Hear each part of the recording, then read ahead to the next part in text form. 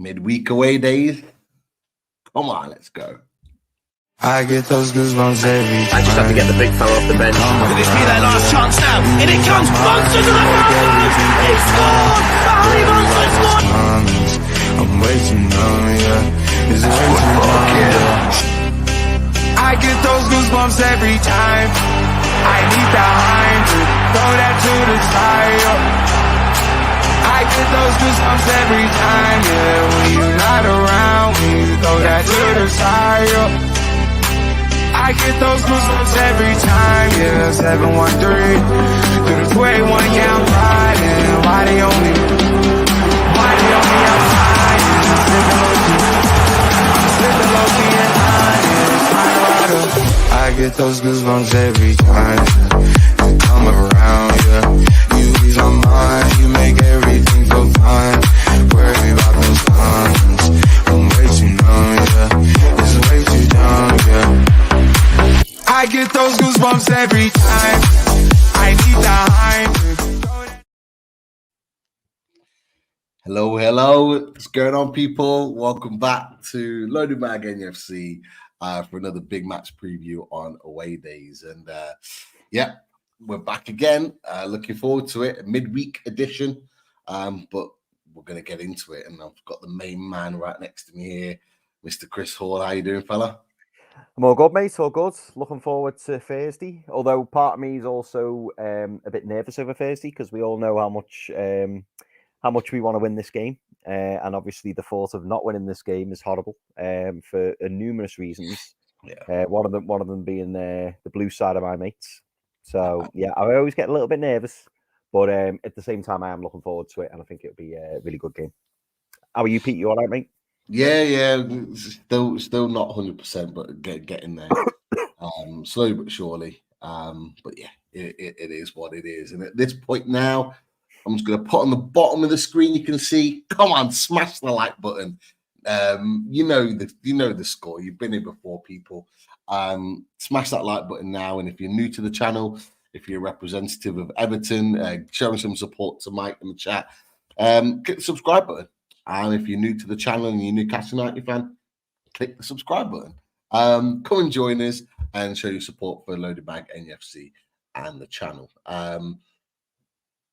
Let's get into it because this is really, really interesting. It's going to be a really, really interesting conversation. And I don't really want to wait any longer. So at this point, I'm going to wait. We're going to invite in Mike from the Unholy Trinity podcast, and Everton fan. Let's get him in. How you doing, Mike? Not bad at all, mate. Not bad at all. All good. Just keeping an eye on other games that are going on that unfortunately impact Everton this early stage of the season. Yeah, we'll go to that. We'll get into that shortly, I'm sure. I was going to say tonight's game. Is it Wolves and Burnley? Wolves, Burnley, and then Arsenal. Course past 8, isn't it? So yeah, a couple of games there which are of interest. Interesting, very, and they're currently 0-0 at this time. I'm sure people in the chat will keep us locked in on the scores as they come about. But look, Mike, always a pleasure to have you on the channel to talk all things Everton and Newcastle. And look, there's only really sort of one place to start, and it's that -10, that big -10. Points deduction, the biggest in Premier League history, given to Everton for their overspending up to the end of the cycle of 2022, I believe. Look, you guys were on 14 points and then you've dropped down. You were sitting on 4 points in the league, right in the bottom 3.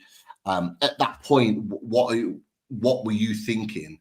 And what is the process now? Well, where is it at? So the kind of a double-barrel question there for you.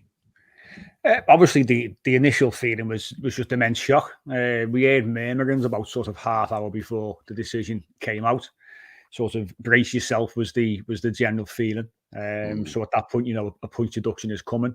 I think the feeling was, if it's around 5 or 6, maybe it's to be expected. But even then, I think it's massively harsh. But you could semi understand it. When 10 was announced, it was just absolute just a bit of panic really, because you think to yourself, like you say, we were on 14 points. We'd made a solid enough start of the season. There's certainly been progression there compared to what we were seeing under both Lampard and Sean Dyche. Even, Dyche came in, steadied the ship, but there was still quite a few games last season. I mean, obviously, you rolled into Goodison Park and rolled us over. So there was a lot of those kind of games still, but we got the job done. But we'd seen, obviously, a pre-season under this manager. We'd seen the players, I think, start to play the kind of football that Sean Dyche would expect, and we were becoming that bit more effective. So to lose 10 points, a big loss out of 14. It's a huge loss, and a lot of anger. I mean, the anger was there from the outset. We couldn't understand it, why it was so many points. If the Premier League is saying it's £19.5 million overspend over a 3-year period, you're talking £6.5 million a year. It's absolutely incredible. Everton argued that and said it should be around 7.9 over 3 years, which again, it's an absolute drop in the ocean. So there was never, for us, there was never any rhyme or reason as to why the point deduction was so big. And I mean, you've seen obviously what's gone on since with the Everton fans, and there's been a lot of anger, a lot of frustration, a lot of calls of corruption. Certainly, we feel massively hard done to, given the fact that, we look at sides who've lost points previously. Administration for Portsmouth the first time was 9 points. So how can we get 10 for staying in business effectively? You look at the Super League 6, who basically decided their own punishment and basically got told, don't do it again, lads. Oh, yeah, okay, you can pay £3.5 million. It's not a problem at all for me, destroying English football. So it's things like that where we sit there and think, well, this just can't go on. The Premier League quoting that they don't want to punish fans. Go back to the Carlos Tevez and Mascherano affair with West Ham. They said they didn't want to punish the fans, and the points deduction punishes fans. Well, there we go. There's 10 points. So all these things, we feel that we're being massively singled out for as fans. Never ignore what's gone on almost, because the fans are the club, and the fans don't deserve, and the players that are there now, and the manager, don't deserve to be penalised and lose points that they won this season. Rightly so. And we think that, it's massively, massively, massively over the top. And you could almost stomach a couple of points and say, okay, let's draw a line in the sand. Wouldn't even appeal it. Let's just get on with it. But 10 points is just incredible. And the Premier League, I think, in my opinion, they appointed an independent panel, which was made up of somebody who was heavily involved with Leeds United back in the day, and somebody who was at West Ham as the financial director during the whole Carlos Tevez and Mascherano affair. So where's the independence in this panel? The Premier League interfered and said, oh, we recommend what you do is you take 10 points off, and the calculation to do it is this. And they said, oh, no, we can't take that. We can't take your calculations. But then they decided to give us 10 points anyway. So listen, there's no smoke without fire as far as we're concerned. And there's a lot of questions to be answered. And as we currently sit here today, the appeal's gone in. It went in last Friday. A fresh independent panel will be appointed by the lunatics of the Premier League once again. So it's in their hands to appoint 3 more independent people that are independent. And we await a date now for the appeal hearing, which I'm hearing around February time, which for me is too long. Let's get it done. We had 2 weeks to put our appeal in. So we've gone through all the information. We've got our arguments. We've got our appeal points. There they are. Appoint your panel and get on with it. Just get on with it, because not just for us, other clubs around us. So we've dropped into the bottom 3. The likes of Burnley, Sheffield United, Luton, Bournemouth, Wolves. These kind of sides need to know what's going on, because it's no good coming back in, say, March or April and saying, oh, by the way, Everton have got, say, 5 or 6 points back. That's not fair on anyone else either. So let's just remember there's more than just Everton at the table here, and impacts more teams than just Everton. So you've got to get it done quickly. So we await that date as we speak. And I for one feel there will be some kind of points coming back to us. And the Premier League have gone, or they've recommended a harsh punishment to the independent panel, because they know on appeal we will get some points back. I think there's some news of a score update. I think just seeing it, yeah. Just don't panic. Yeah. I've got one eye in the corner there. Don't panic. Yeah. So a little bit of a smile there from Mike. Yeah, a little happier, no doubt. But I'm interested to know, obviously, because they've moved it to February. Do you think it could be because at that point, let's face it, you had your 10 points deduction, but you could quite quickly, with how well you've been doing this season, find yourself out of that. And are you kind of hoping that, or do you think they're kind of hoping that by February you're well out of that race and that it becomes a non-factor? Could that be a potential reason for it? No, I think they want rid of us. I've got to be honest. I think they certainly we're a pain in the ass to them. I mean, I've been, we've been talking to them for sort of 2.5 years. We couldn't buy a toilet roll or somebody sandwiches to give away to bloody people in hospitality without running by the Premier League first. So every single little thing that we've had to buy, we've gone through them. Transfers, contracts, everything like that has gone through the Premier League. So they were on trial as much as we were. So if you're asking clubs to listen, if you're in a bit of trouble and you're sailing close to the wind, which by the way, I'm not sitting here saying that Everton are blameless because we're not. There's lunatics, and there has been lunatics in charge of the club. Let's get it right. So we shouldn't be in that situation in the first place. But if you go to the Premier League, who are there to support you and saying, listen, work with us, we'll help you out, no problem, which we've done, which Wolves have had to do as well themselves recently, then what does it say to clubs that could be in a similar position now going forward? Are they going to want to go to the Premier League and say, yeah, lads, we're a little bit closer here to the line. Can we work together to try and sort it out? You're not. What you're going to try and do is you're going to try and hide things and try and fiddle the accounts, because why would you bother? Everton have tried to be as transparent as we possibly can. And this is where we look at Man City, where Man City have tried to do whatever they can not to be transparent. They've hidden all sorts of stuff. They've elevated their income and things like that. So Everton have tried to be as honest as you can be in football, which, by the way, I'm not saying that's a raving endorsement for honesty in football, but as honest as probably we could be. And as far as we're concerned, we've been sort of shot in the back by the Premier League, and it's certainly it's not a great advert, I don't think, for the league.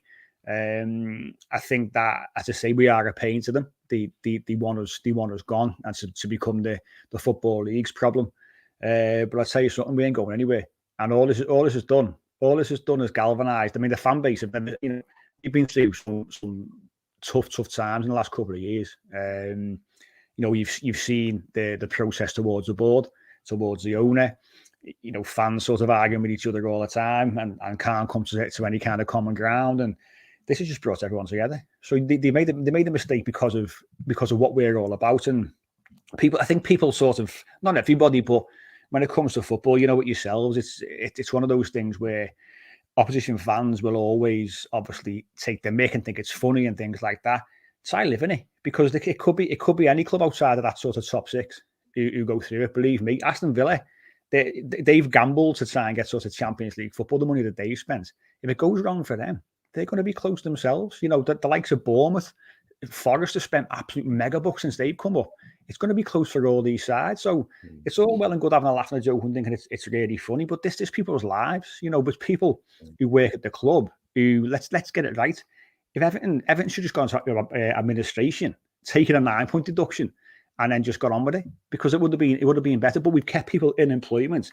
We're trying to build what we deem the best ground in Europe on the banks of the River Mersey there. I mean, it's incredible. I mean, obviously you've probably seen pictures. I know, Chris, obviously you're not too far from it yourself.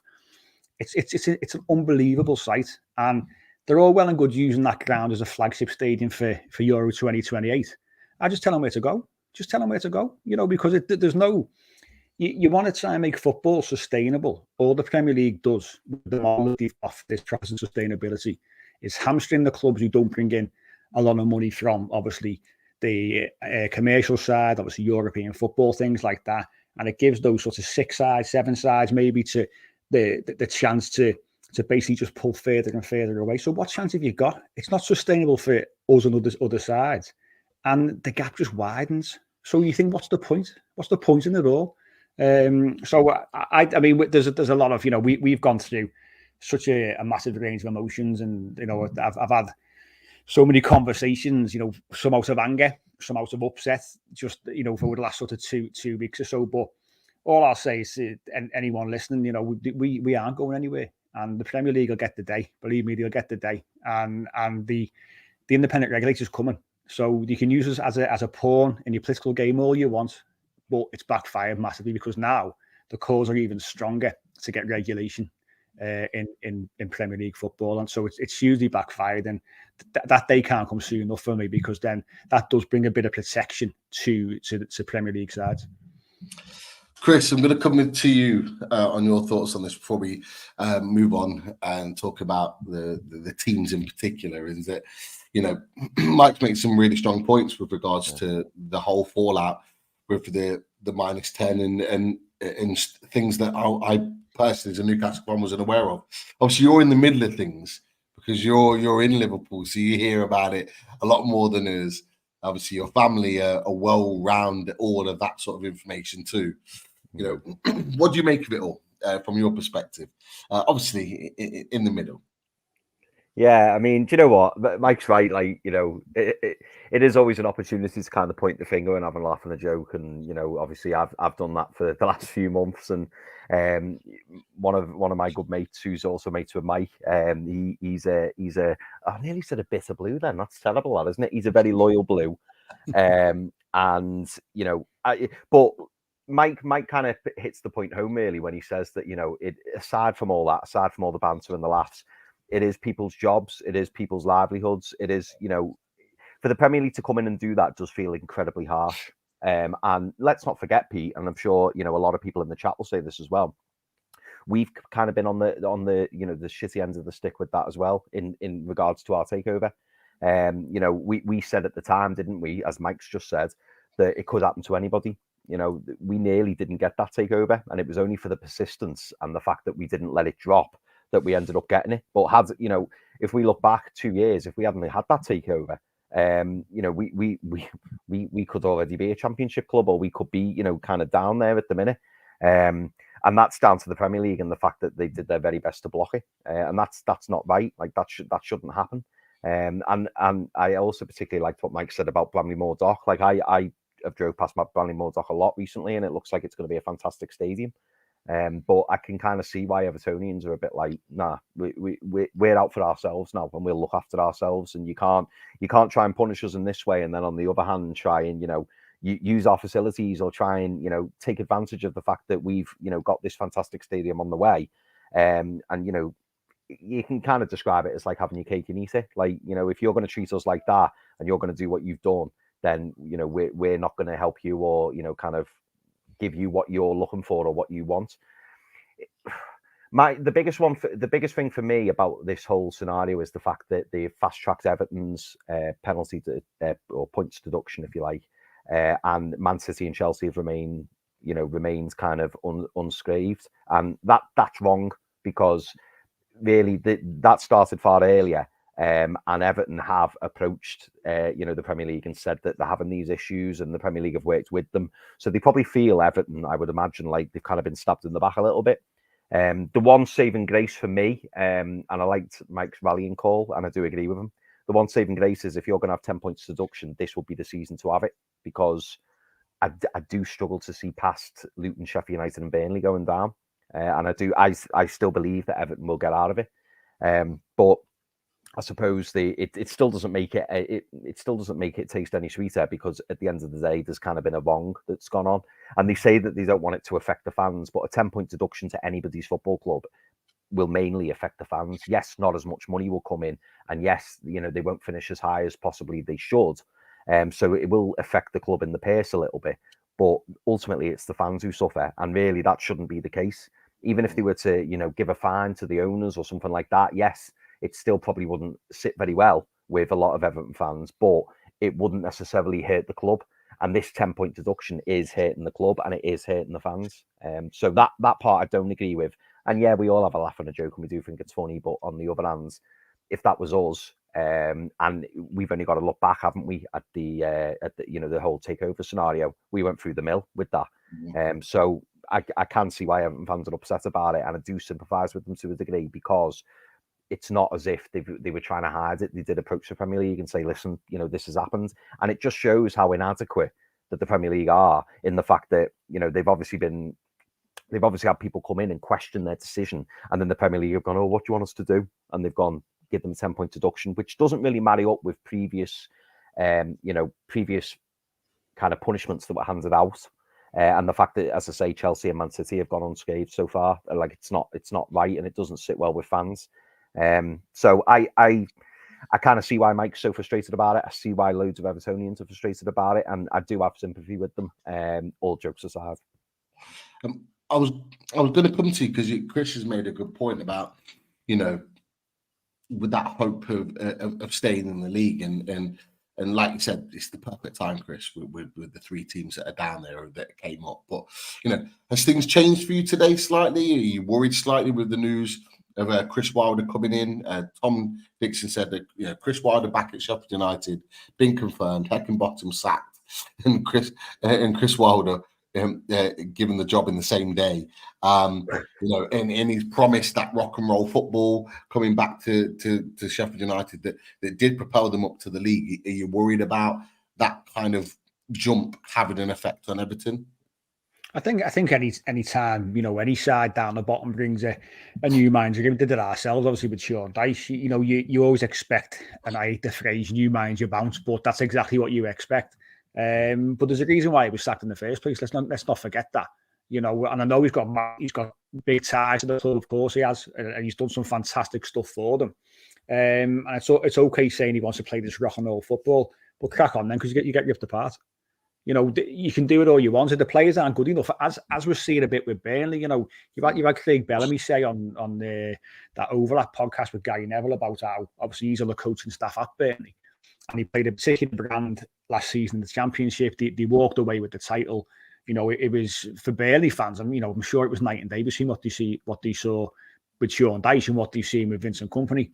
But when you come to the Premier League, you can't do that. You just can't do it, and to be so stubborn, which is what he's being. And they came to Goodison in the League Cup a few weeks ago, and they had like 60% possession. Burnley, Everton on a possession side, and we'll see it on Thursday. Everton will have 35% possession, 30% possession, but be effective when they've got it. Burnley thought he could just knock the ball around, but he did nothing with it. And that's what you find. And you can want to have the ball. You can try and play the same way you played in the Championship. But if the players aren't good enough, and bear in mind you're against better opposition as well in the Premier League, then it's not going to work. So you've got to find a way. You've got to adapt. When you're down the bottom, and when you come into a club, and when you come to the Premier League, you've got to find a way to win and be competitive. And it's not easy. They're all finding it this season, aren't they? That the three sides who come up are the three sides who are, as well as ourselves currently, who are in danger of going down. But I just think, the shout, we've heard it so often, it's the best time to get points taken off you. It's never a good time. Everton could basically go on a terrible run. Everton are in really good form at the moment. Don't forget that. We are in good form. We go on a bad run, and December could be the month to do it, by the way, with the sides that we've got to play. Then we could find ourselves sort of 5-6 points adrift. We were already 5 points behind Luton, so we'd be Forest at the weekend. So you just never know. It's one of those things. Yeah, okay, we can argue that these three sides are probably the best equipped to go back down to the Championship. And you could probably argue that potentially, even with a 10-point deduction, Everton can get to sort of 31, 32 points and still be safe. That's how it looks currently, based on the points that other sides are on. But you just never know. Football's a funny game, isn't it? Any side can go on a good run, get a little bit of form. Any side can dip. So for me, 10 points is 10 points, and we've earned those points through hard work, through listening to what the manager's got to say, to understanding now what each other's roles are, and playing a brand of football that is that bit more effective. And it drives me nuts that we've had to then say, well, yeah, you've worked so hard for that, we're just going to take it off you. And it never sits right with me. And it might be okay, but it's not a nice thing. And I think that I've seen it to other sides as well, where, in other leagues, Reading lose points every single week at the moment, it seems, because they can't play. They can't pay players. They can't pay staff at the ground, at the club. So they're losing points all the time. It never sits well, because like Chris said, you're not really impacting the people who are making the decisions there, are you? You're impacting the players, and it impacts their morale and the manager and the fans, more importantly. But you mentioned there about, if we take this points deduction, we won't earn as much money for our Premier League placing.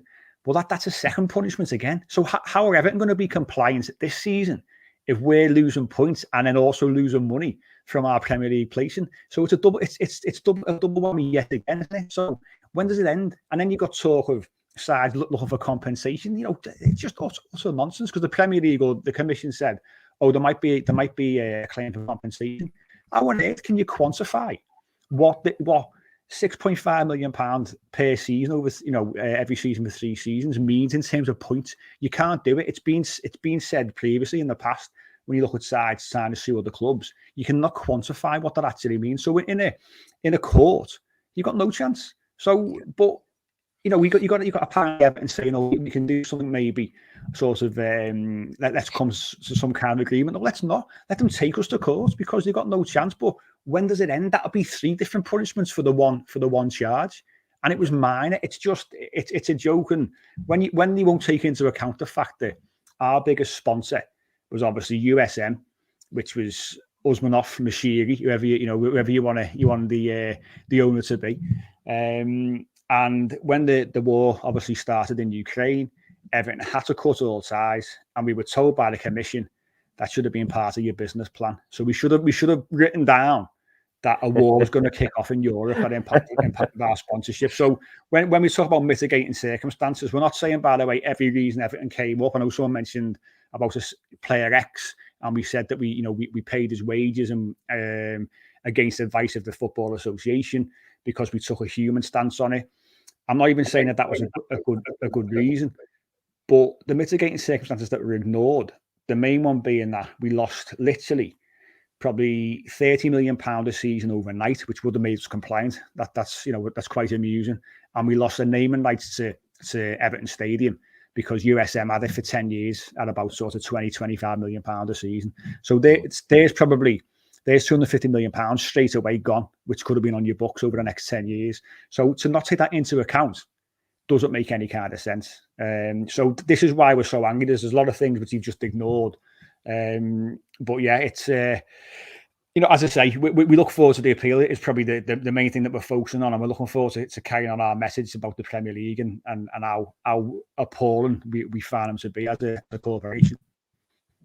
Mike, sorry, Pete, I was just going to ask Mike, do you think, or are you hopeful that there's going to be a reduction in the points that you've been taken off you? Like, are you hopeful they'll be rescinded, or do you expect it to be lowered to, say, 6 points or 5 points, or what's the overall feeling?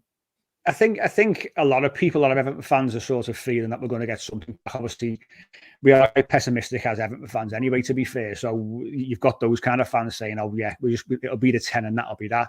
But I think there's a lot of things that the Premier League and the Commission have overlooked that, we put us in decent stead. I mean, they were quite keen in the first hearing to quote this Sheffield Wednesday case from a few years ago, where they were deducted 10 points for financial breaches. Now, as a percentage, now the Championship is their actual loss figure is not as much as the Premier League. Obviously, you can imagine why. The money's not as much, but they, as a percentage, they went over by much more than Everton did in terms of a percentage figure, and that's in the Championship as well. And they got 10 points when they appealed. They got 5 back. So they were quite keen to use that as an example, although they shouldn't have done, because they've got rules clearly written down in the Football League, the Championship, League One, League Two, that say exactly what the rules are. And if you breach these rules, this is what happens. The Premier League, the biggest league in world football, hasn't got those written down, which I just cannot believe. It's a multi-billion-pound league, and they haven't got rules written down. Say if you breach the profits and sustainability over 3 years, for every so many million over, it's a point, which is what the Premier League decided that was going to be the framework that they advised in the independent commission to use when it came to taking points off us and punishing Everton. So for them not to have that written down, I can't understand that. But they were quite keen to use that example. So if we want to use that example, then we will get half our points back. I think we will. I think 10 points just can't stick. The brand of the Premier League is getting battered every single day, not just by us. We've got a lot of support. I know Andy Burnham, by the way, the Metro Mayor of Manchester, is an Everton fan, of course. But he's taking things. He's literally going hell for leather. You've got it being brought up in Parliament by many MPs. You've got a lot of people in the media covering it because they've got to, because Everton fans won't be quiet about it. every time we're on the telly. I mean, you saw the scenes against Manchester United, sensational. I was sitting there in my seat, and it was the proudest I've ever felt as an Everton fan in terms of how we came together. You know, the message was loud and clear, and you can try and censor us all you want, and you can try and play your other crowd noise, and you can turn the sound down, but you can't turn the telly off, you can't turn the pictures off, and there's no way you would get away from that. So every single week they're getting battered, and for them as a brand, because they're all about the brand, aren't they? You know, for them as a brand, it looks terrible. So they'd be quite keen, I think, to sort of say, oh look, we took a hard line. And the commission on appeal decided to put it down to 5 points, because they'll think that'll be the end of it. It won't be the end of it, because we're just going to keep on going, because we think it's totally unjust. But the brand's getting battered, and we'll keep on doing it. And they'll be quite keen, I think, to see the back of this case and draw some kind of line in the sand on it. And then I suppose the problem is, Mike, if they were to do that, and I'm not trying to dampen hope or expectation, but I suppose the problem the Premier League have got, because they've put themselves in this position, is that if they were to do that, so if they were to either reduce it down by however many points or totally rescind it and get rid of all the points deduction, the likes of Chelsea and Man City will be like, oh, brilliant, we'll make a note to this. And then obviously, if and when they do come for punishments, they'll put an appeal in, and then it will be like, well, look what you did with Everton. So it's a sticky situation, isn't it? It's awkward for the Premier League. But it's all for the Premier League, but they put themselves in that position, haven't they? It's their fault that no one knows what the actual punishment should be for each particular charge. So it should be a really simple procedure where if you do it, like you've done it, and you've lost this many points, and there's no way, by the way, that if the 10 points stick, now we've got obviously one charge. Man City have got, in terms of Premier League breaches, out of the 115 charges, 25 of them are Premier League breaches. If they were found guilty of that, are they going to be taking off 250 points? Of course they're not. It's just not going to happen, is it? So that can't be a framework going forward. That one breach and this many £1 million means 10 points. They're not even going to lose 30 points or 40 points, are they? It's just not going to happen. So the only side, in my opinion, who's going to lose points for this kind of thing is Everton. And then what will happen is, by the time City gets through their independent panel and commission, which, by the way, they so kindly now have decided that when it will happen. So they're controlling the whole narrative here, aren't they? They're the ones who are setting dates and saying when they can do it. So they're the ones who seem to be in control of their situation. So it's different to what we're doing at Everton. I think the regulator will be in by then, and the regulator are being quite keen to say that they're not going to push for points deductions. They don't think the fans should be punished in that way. So we know what's going to happen. They won't lose anything. And you can hit them as much as you want. They've got the multi-billionaires. So what does money matter to them? You can fine them whatever you want. You know, I mean, one of the reasons he used for Everton for not giving us a fine is because we've got a billionaire owner. And what? Yeah, he might be a billionaire on paper. His assets are being frozen in this country. Mashiri, by the way, as well as Usmanov.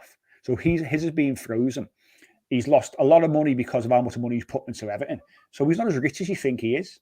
So all this talk of fines and things like that, it's crazy. I mean, what is the best way to punish a club? That's the real question. We don't want to punish the fans, and points deductions punishes the fans. Let's get it right. You want to punish the people who are responsible, and those who are responsible are the owner and the board of directors. They're the ones responsible. In Everton's case, most definitely. So if they're the ones, how do you punish them and not have an impact on the club? That's the big question. Now, I haven't got the answer for that. Do you ban people from a board of directors for say 12 months, depending on what the charge is? Are the financial penalties for individuals? And you look at their particular wealth and see how much are they to blame, and what percentage should they pay for any particular fine? I haven't got the answer to that. But the answer cannot be that you take 10 points off a club for one charge and you're working with the Premier League and it was mitigating circumstances, and you're appointing independent commissions. You are appointing these independent commissions, and the people who were involved with other clubs previously. It stinks from top to bottom. It's a horrible, corrupt, dirty organisation. I don't care what anyone says. They protect that, as when this is a quote that I said many times, is they protect the few, not the many. It is as simple as that. The Premier League brand is 6 clubs. You're potentially now sneaking your way in there because of the money side of things. That's how it is. But that is the brand of the Premier League. It's the money side of it. Clubs that haven't got owners with that kind of wealth or historically have not been successful since the Premier League was formed, they don't care about, because they don't bring viewers effectively to their brand. And that's the big problem. How do you sort it out? It's a big job for the regulators to sort out, but that is the starting point. Get them in. Let's try and get football back in some capacity, because at this moment in time, the Premier League's in danger of eating itself, isn't it? Well, it's a fascinating discussion, and to be fair, it's going to continue because, like you said, the hearings in February.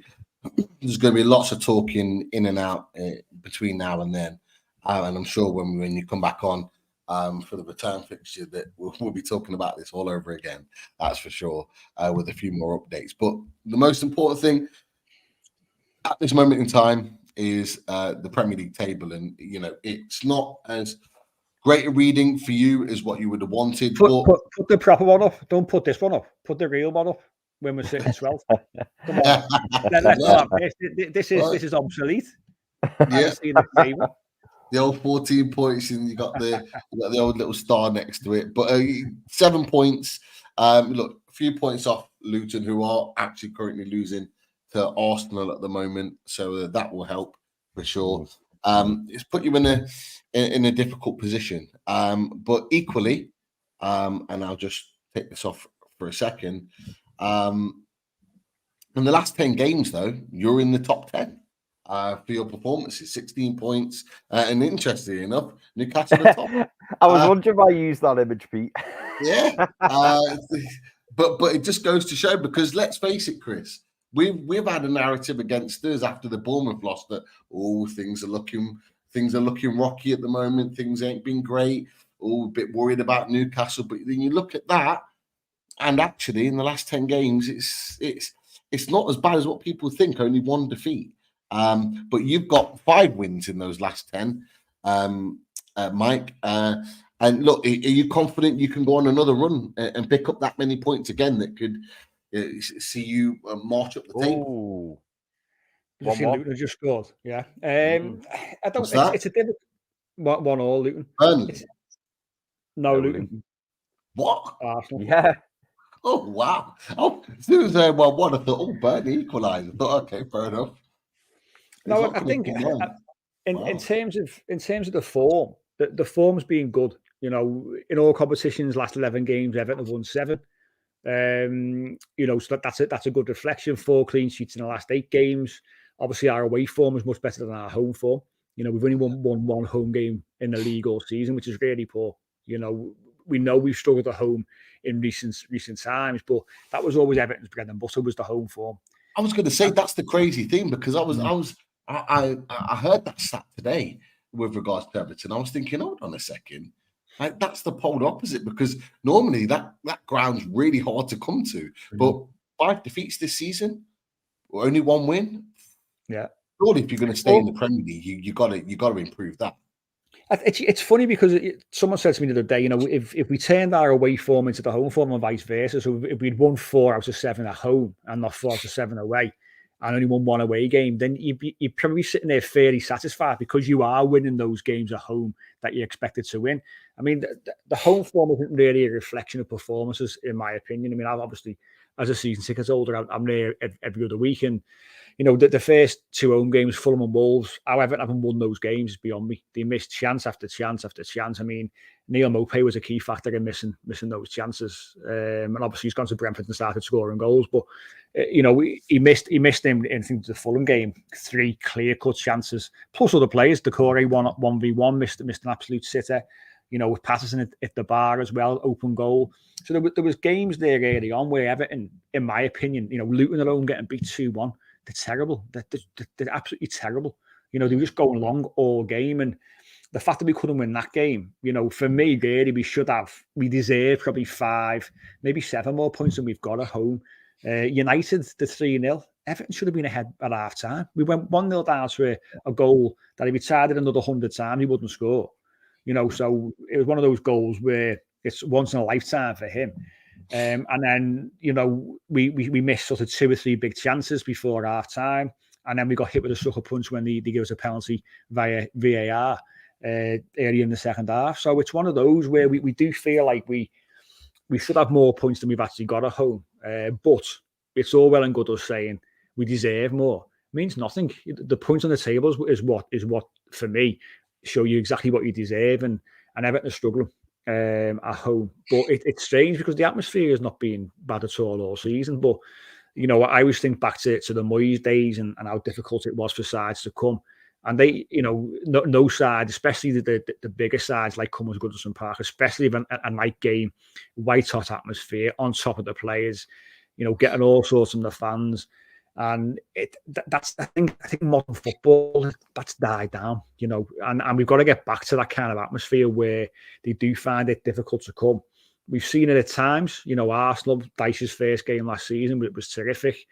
We've done it in important games. Bournemouth last game of the season, of course, but we need to get back to making Goodison Park what it once was, and that was a really hostile ground, a difficult place to come to.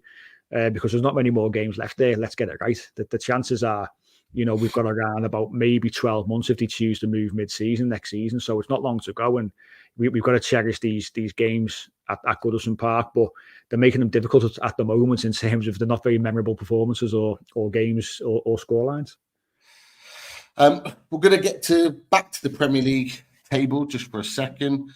Just because at this point now, we'll talk a little bit about Newcastle. Obviously, sixth in the Premier League, not been all plain sailing this season. Certainly not with injuries, but we're sixth in the table. We're fifth until Tottenham got a point at Man City.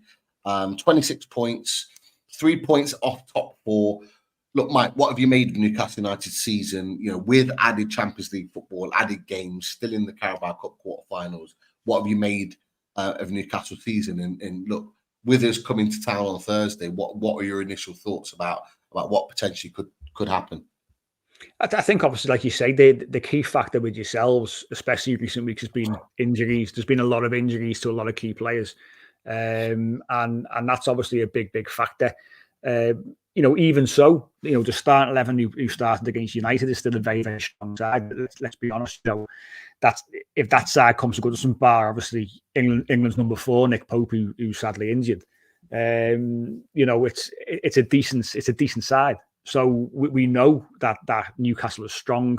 Obviously, what's on the bench at the moment is not particularly strong, bar maybe the odd player who can come in. Hold on, Mike. Hold on. Did you just say England number 4? You're feeling before, yeah. You're having me. No, he is, though, isn't he? So you got Pickford 1, and then Ramsdale and Johnson can fight out for 2 and 3. It doesn't really matter. And then Pope's number 4. Come on. That's just how it is.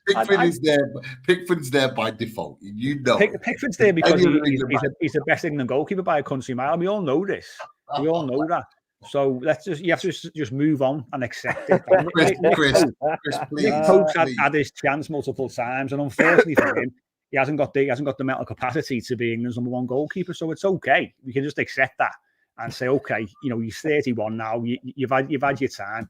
You've got Ramsdale falling apart, second choice goalkeeper at Arsenal, and then Sam Johnston as well, who's pretty average. But it just is what it is. It's what it is. You know what I mean? And you can save all your dinosaur emojis and all that. By the way, and any inflatable dinosaurs, by the way, that arrive at Goodison Park will be confiscated by stewards. I've heard tomorrow. That's just really? on the grapevine. And if people haven't got a shirt on, they don't get in.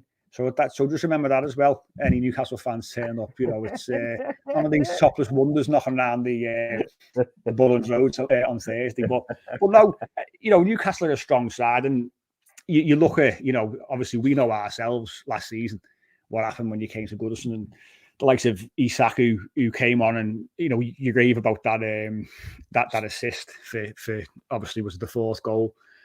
I'll say, well, he walked past Michael Keane and Ben Godfrey, which I could probably do, to be fair. So let's not get ahead of ourselves.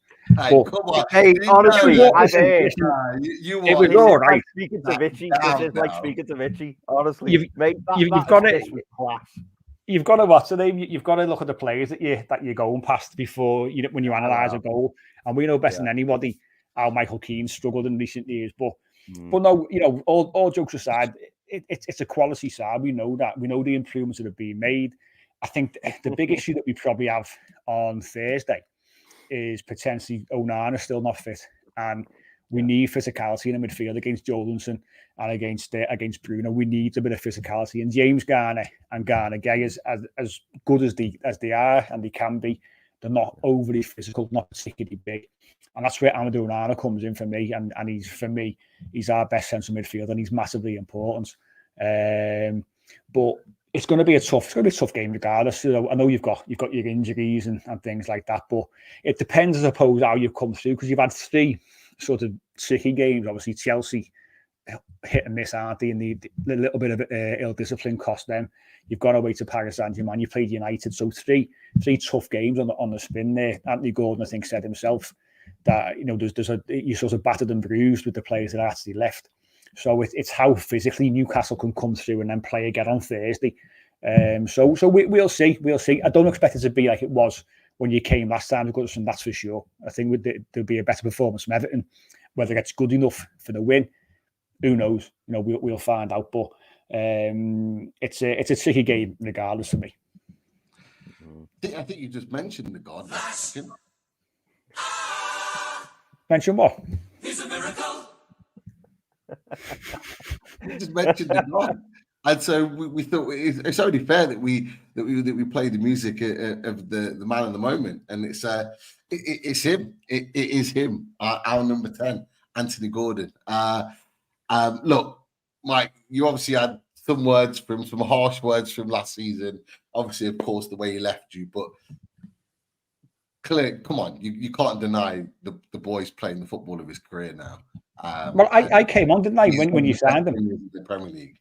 I spoke to you when you signed him. I said, "I'll come on," and we spoke, didn't we? And I was always of the belief, you know, and I know you see Everton fans and you get Everton fans saying, you know, he was never good enough, and at Everton, I think that what the problem was, and I've said this before, is given the situation we found ourselves in, he took a lot of responsibility and ran around like a blue ass fly as a young lad. He didn't really have the fitness to do that, but he was wasting a lot of energy by just running around and trying to put out fires all the time. He was massively important to us, Everton fans. If they want to deny it, they can deny it, but he was. You know, there's no denying that. You know how important he was. You know, Frank Lampard held him in high regard, and he's a player who I thought, and I said to yourselves, take him out of the pressure cooker of Everton. Of obviously the situation we were in, the fact that he was apparently an Everton fan, I don't think that was really true, but he was local, and take the pressure off him, because obviously when you're going through hardship, fans always look for me, it always falls on the local players who take basically a lot of the heat. Tom Davies was always one of those players who got a lot of heat. You know, I'm not saying Tom Davies, by the way, is at that particular level, but because he burst onto the scene with that goal against Man City, that was always expected then, that he was going to go on to bigger and better things. Never did, and he got a lot of stick for that. But I said, take Gordon out of the pressure cooker and put him in a side where he's not got that personal responsibility. You know, not even so much the attachment, but he had that attachment because he'd been at Everton for so many years since he was a young kid, and just take take him away. And he had all the ability to go on and do good things, and it's no surprise to me he's doing well. Of course he is. He's a real danger. You know, he's shown that the pace he's got. He's obviously, you can see now he's got an eye for a goal. He scored in his last 4 home games. I think it was the first time since Alan Shearer did it many years ago for Newcastle. So he's a player who's got bags of ability. It's just obviously how he handles, because obviously he come on for a few short minutes, didn't he, in the last game at Goodison. It's how he handles the situation on Thursday, because I think it'll be that bit worse than it was, because I think we were obviously it was deeper into the season. We were fighting for our lives, and when obviously we shipped a few goals, everyone sort of just totally switched off, and the emotion went. It's going to be I think a little bit nastier come Thursday, and can he handle it? Can he not get wound up?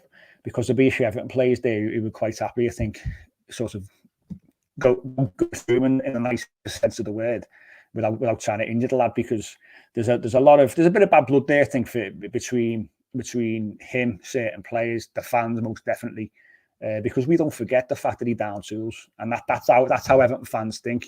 And people can say, well, you chased his car, well, 4 or 5 15-year-old lads chase this car, if you want to call it that. If you can't deal with that as a Premier League footballer at a big club, then don't be a Premier League footballer. But I think that it's going to be a difficult night for him. And I think by all accounts, he should be fit. I know he mentioned he's got a bit of a niggle, didn't he, after the United game? But I think he'll be trained fit today. So I didn't see any problem. He's fine. Yeah, I think the biggest problem for us is the fact that Ashley Young will be against him. That's the biggest problem for Everton, because Ashley Young's just an accident waiting to happen. So for me personally, I'll be getting Seamus Coleman on the pitch and starting the game, because Seamus Coleman, he's shown, as much as obviously he's had his injury issues, he's just come back. He's shown over the last 12 months how good he is against top quality opponents. I remember with Arsenal coming to town, and he was brilliant against Saka. He's always good against Liverpool, against obviously the quality that they've got. Seamus Coleman will absolutely revel in playing against Anthony Gordon. And I think he's got to, because Ashley Young will be booked inside the first 10 minutes. I will guarantee you that. Yeah. Because he can't deal with the pace his legs have gone. So you've got to get Seamus Coleman, even Nathan Patterson, for his pace. Get him in there right back. There's a few options there just to give us a little bit of a chance, and just try and keep Gordon quiet for the first sort of 20 minutes, half hour or so. Definitely. We've waxed lyrical about him, Chris. Is there any more to add? With the one thing we said is obviously England will be calling very, very soon. There's no doubt about it. And it's not just Newcastle fans that are saying it. People in the media are now talking about it. I think it's time for him. He's come through the under-21s, won the Euros. Now it's time for him to kind of kick on. But your assessment of, or Mike's assessment, should I say, of Anthony Gordon, correct? Or anything you want to add in there? I mean, honestly, it was like talking to Richie at the start of that, man. Like, it's like, I was expecting the Isaac thing. What I want, just before I reply to that, what I want to know, and this will be interesting. Do you remember? I'm trying to think who it was against. Can't think who it was against, because this is something I can hold against Richie now. Do you remember when Michael Keane had his arm outstretched and the ball hit him when he was in the box and he gave away a penalty? I can't remember who it was against. Leicester away last season. For you, was that a penalty or not? Oh, it was a penalty, yeah. Yeah. There's no. I mean, the fact that Michael Keane pointed to where hit him on the arm to say, ref, look where it was only there, which was handball, says it all. But it was definitely a penalty. It's like the one at Anfield this season. I mean, Michael Keane again. If I'm not here to call him out and dig him out, but again, it's a stonewall penalty. And like Sean Dyche, because he goes mad. Why are we spending 5 minutes looking at the screen to say it's a penalty when it's quite clear it's a penalty? Just give the penalty and get on with the game. That's it. But yeah, that was definitely a penalty against Leicester. Yeah. Luckily though, England's number one goalkeeper saved the penalty, and Everton went on to get a draw in the game. Oh, I don't think Pope played for you. It is what it is. Right, look, let's get down to the match, and let's talk some match stats. Some match stats.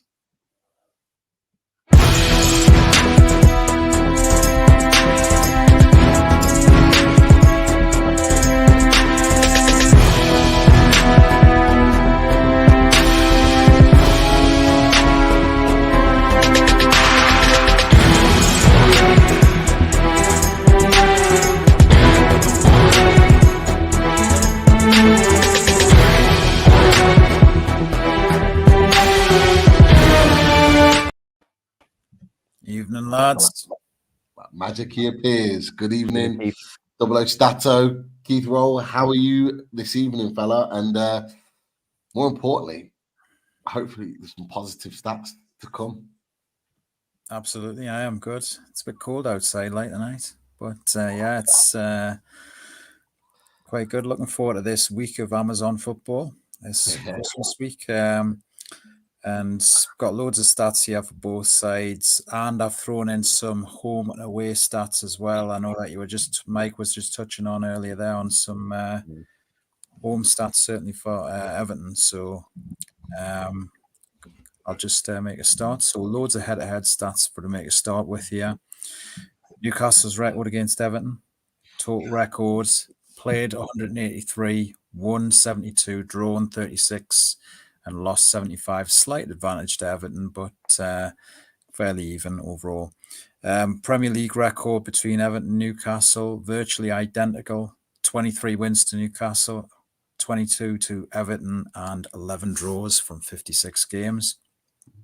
Newcastle's record at Goodison Park in the Premier League: played 28, won 7, drawn 7, and lost 14, scoring 32 goals and conceding 43 in those games. And overall in the Premier League, Newcastle have got a slight advantage over Everton here with 79 goals to 76. Everton have got a better defensive record than Newcastle in this fixture. In the Premier League, 16 clean sheets to 12. And Newcastle have won 5 of the last 6 Premier League matches against Everton, whilst Everton have won just 2 of 10 games, won 2, drawn 2, and lost 6. Newcastle have only ever won 1 Premier League match at Goodison Park on a weekday evening, though, and that was the match the last time, the 4-1. So played 10, won 1, and drawn 3, and lost 6.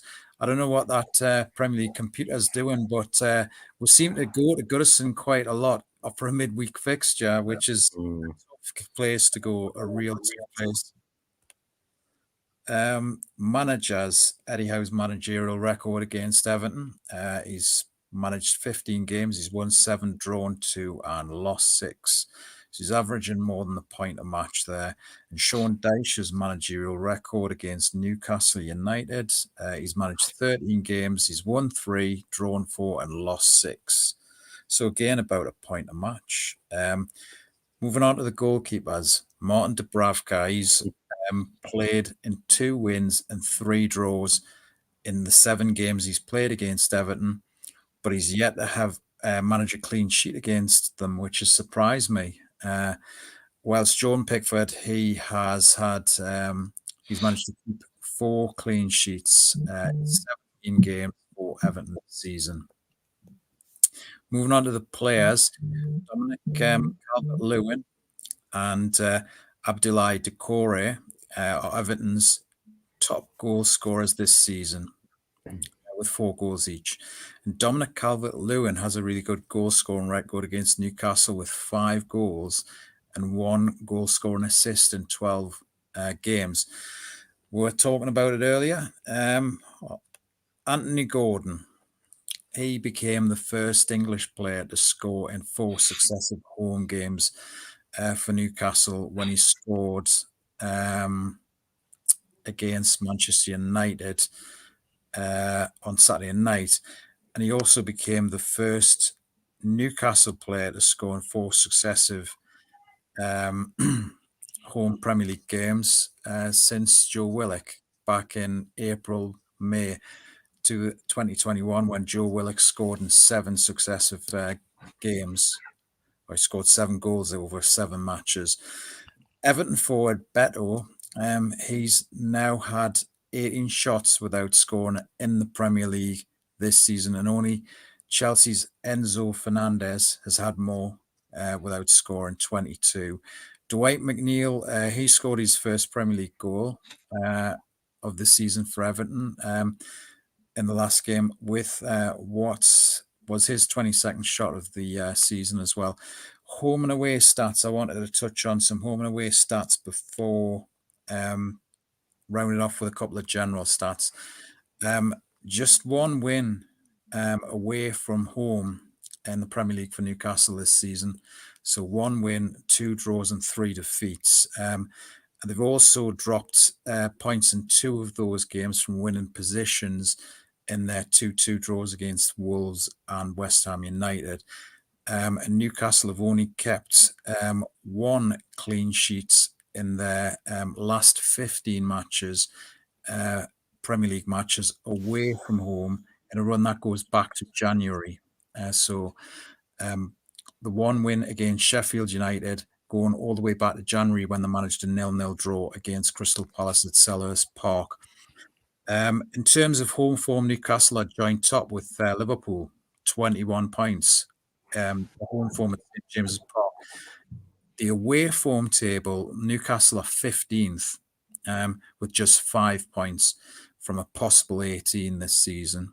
And at the same stage last season, Newcastle had 11 points from their first 6 away games.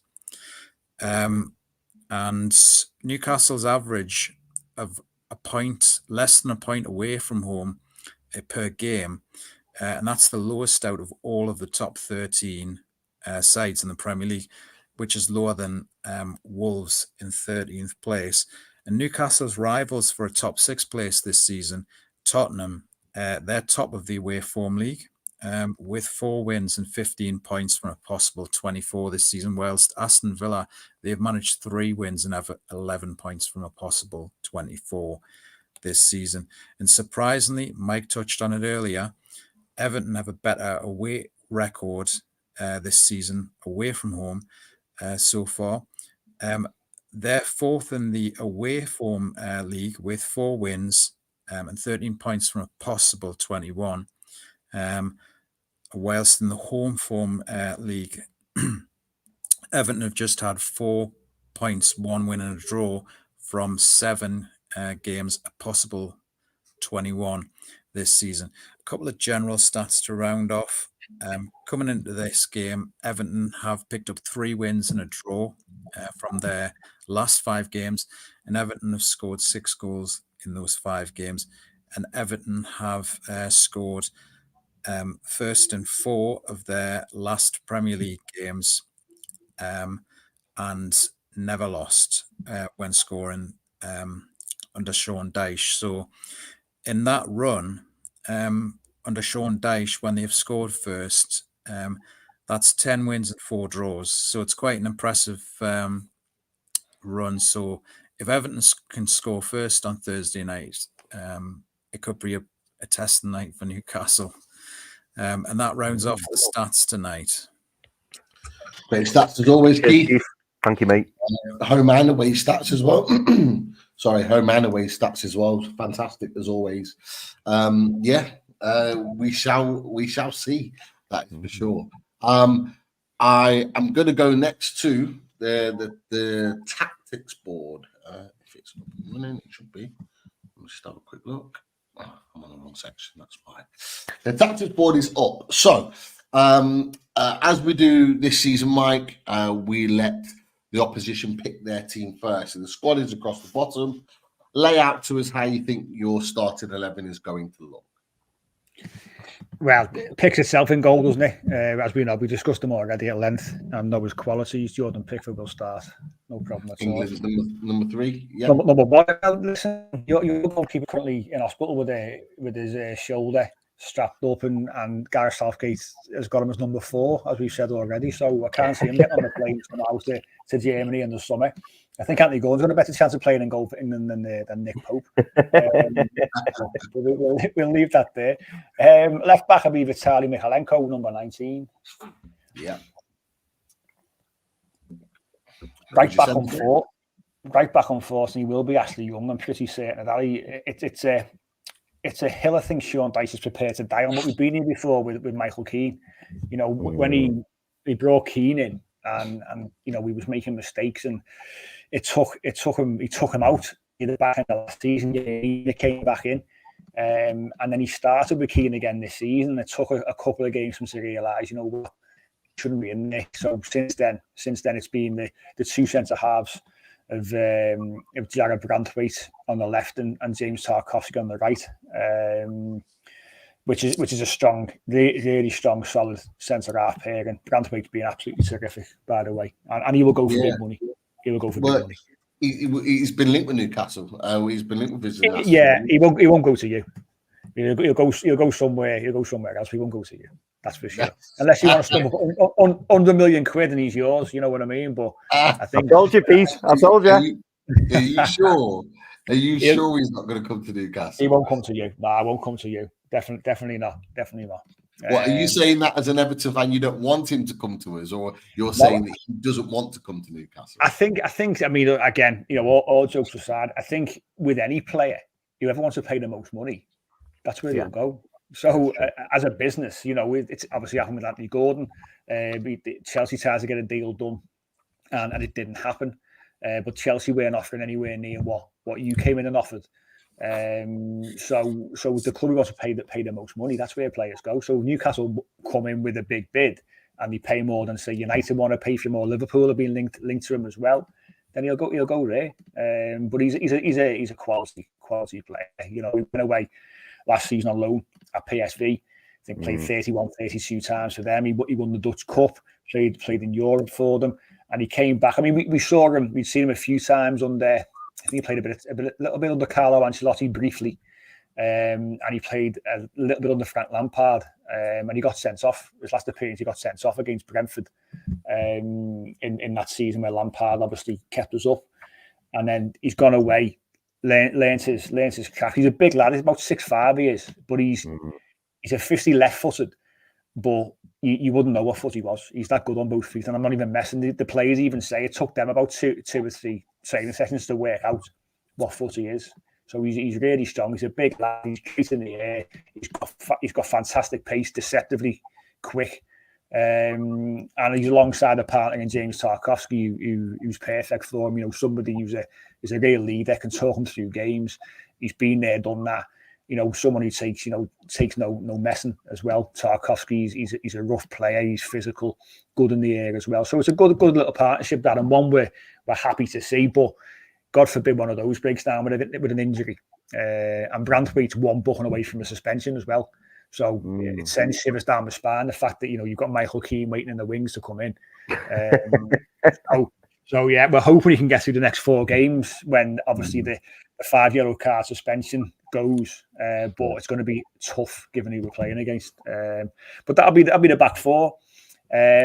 Centre mid, the deep line centre midfielder will probably be Gisagana Gay.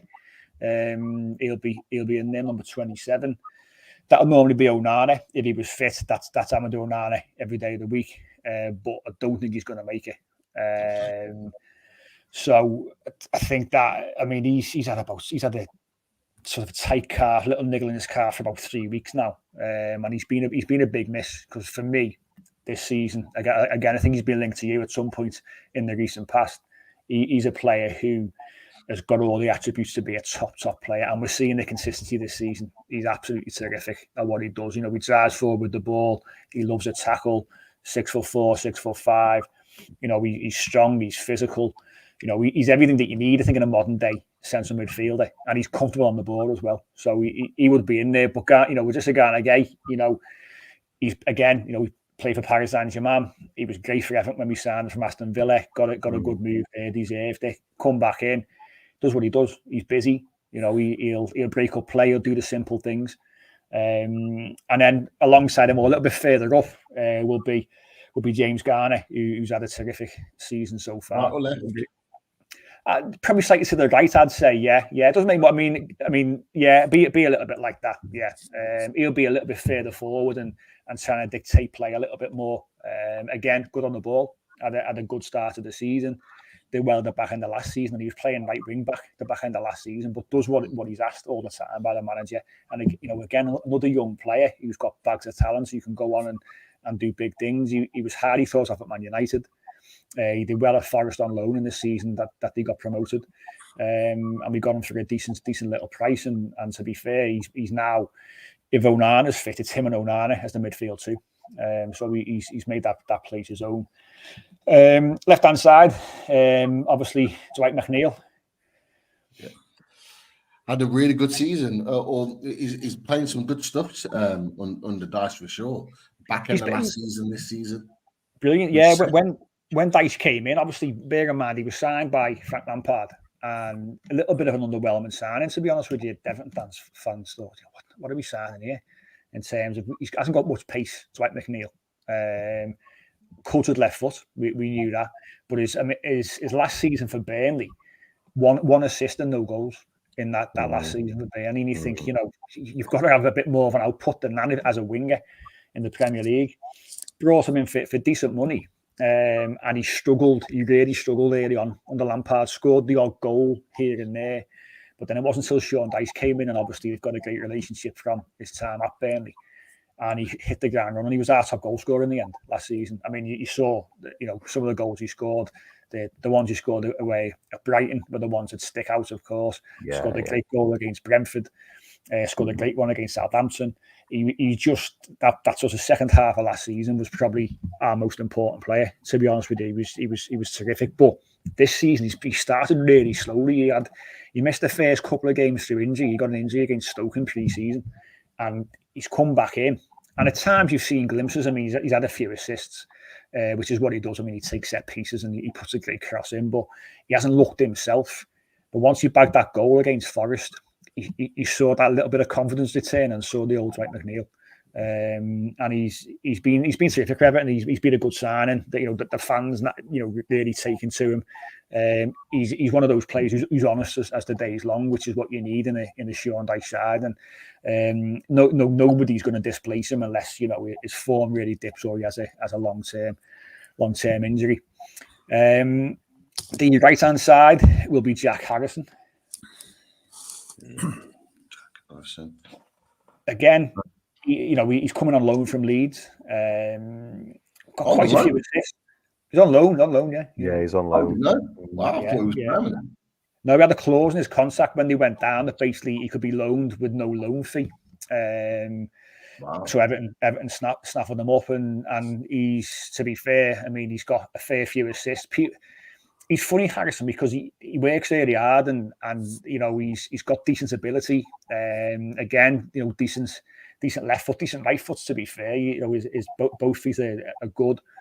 But he's had a fair few assists. I mean, you saw the goal he scored against Bournemouth, absolutely pearly with his left foot. The way he just looked over the goalkeeper, bags of ability. But again, he's a perfect Sean Dyche player. He's just one of those players who will work his backside off. So when you've got Ashley Young behind you, and he needs a bit of support at times, he's ideal to be there with him, because Dan Juma started the season off on that side, and he's now gone missing because he won't do what Sean Dyche wants him to do.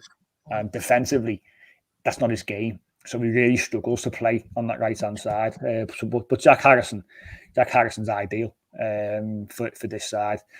And then behind the striker, if you like, sort of in line with those two wingers, will be Abdoulaye Doucouré, probably Sean Dyche's most important player, I'd probably argue.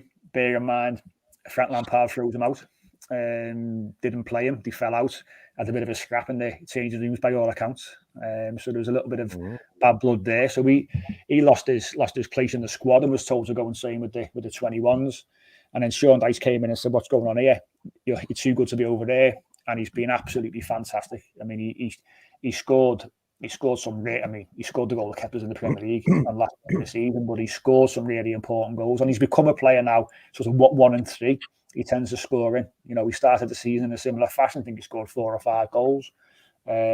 So he's a bit unorthodox, Doucouré, at times. He does things, and you think, his touch is horrendous.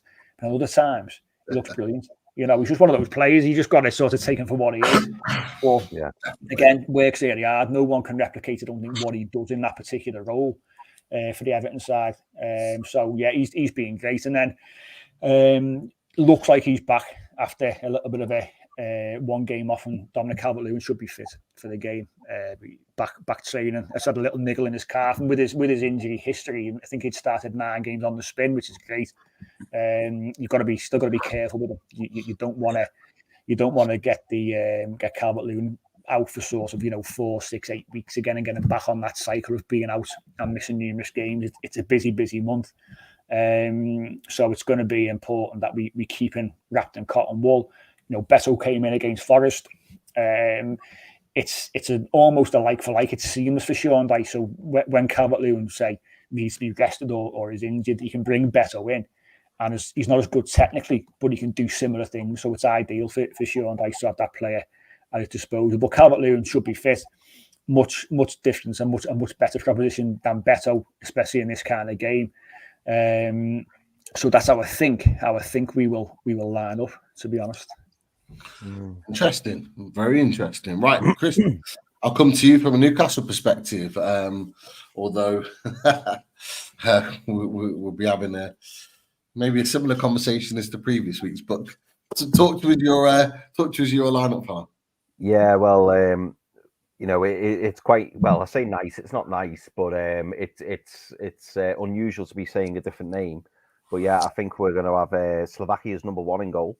So I think it'll be Martin Dubravka. Then at right back, we'll have Kevin Trippier. Hold on a second, sorry. Worries, Let's get no out. worries. Yeah, we go. Yeah, Oops. I fully expect at left back it to be Tino Livramento, who's been absolutely outstanding this season. So I think that'll be a good battle against Jack Harrison, especially off what Mike was saying about the pace and the fact that Harrison's comfortable on both feet and he likes to get back and help Ashley Young, which I think he will. So up against obviously potentially Livramento and Gordon, that will be really important for Jack Harrison to do that. I think the centre backs will be Fabian Schär on the left side of centre back, and Jamal Lascelles will be right centre back. Yeah. Just to add, within that, where was it? I've lost it for a second.